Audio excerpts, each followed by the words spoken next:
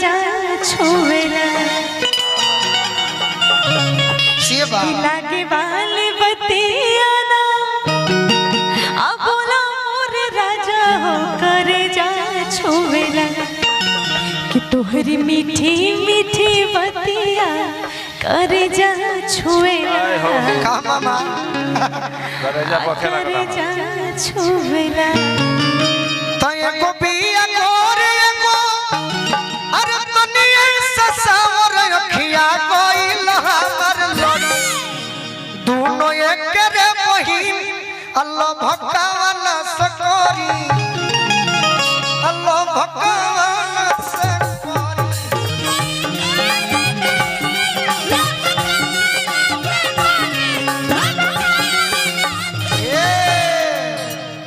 अभी देखिए वो हमारे बड़ भाई आई बनी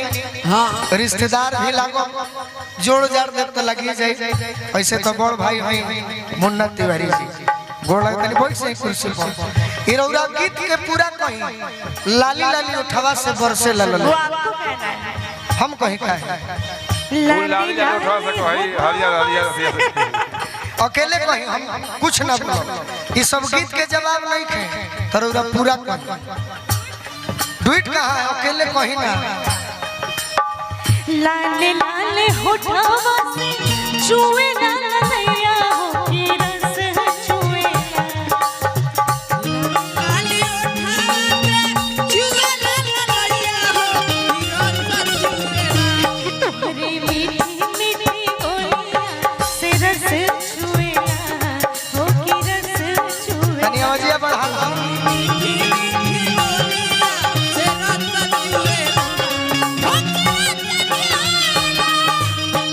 लागे वाले बतिया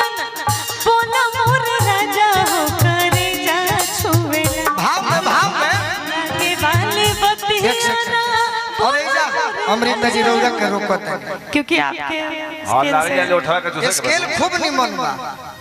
लेकिन हम फेसबुक पर देखले रहनी हरियर साड़ी में जवन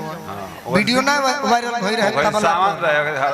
हरियर साड़ी बड़ी रौरा YouTube पर खूब डांस करिला